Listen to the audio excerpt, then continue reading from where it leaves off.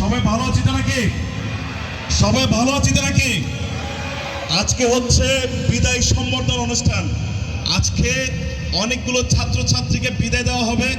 আমি প্রধান শিক্ষক থেকে যেটা জানলাম 120 জন ছাত্রছাত্রীকে আজকে বিদায় দেওয়া হবে। তোমরা 5 বছর এই স্কুলে ছিলে, অনেকে 10 বছর ছিলে, 7 বছর ছিলে, 4 বছর ছিলে। আজকে এই স্কুল থেকে বিদায় নিবে, ভাই বন্ধুর থেকে বিদায় নিবে, প্রধান শিক্ষক অন্যান্য শিক্ষক থেকে বিদায় নিবে। সবাই এখানে কান্না করার কথা, কিন্তু আমি দেখছি সবাই হাসছো। আজকে হওয়া উচিত কান্না সম্বর্ধনা বা কান্নার একটা প্রোগ্রাম, সবাই কান্না করব, কিন্তু না, আজকে আমাদের কান্নার প্রোগ্রাম না, আজকে আমাদের খুশির প্রোগ্রাম।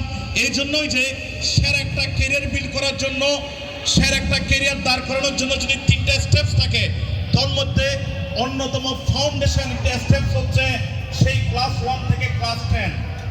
আমরা সেই ক্লাস 10 পার করে এখন আমরা কলেজে যাব, ঠিক কিনা? আমরা এখন কলেজে যাব। আজকে তোমার বিদায় সম্বোধন অনুষ্ঠান হচ্ছে।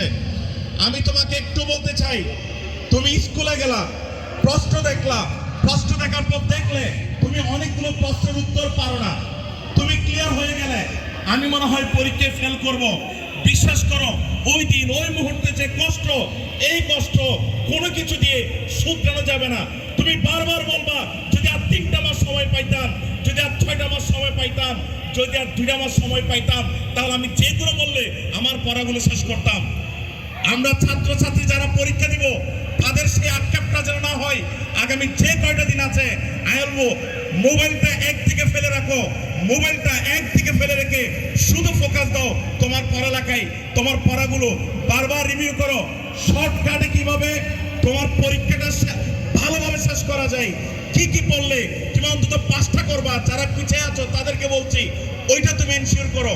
এনশিওর করে ভালোভাবে প্রস্তুতি নিয়ে তোমরা পরীক্ষার হলে যাও।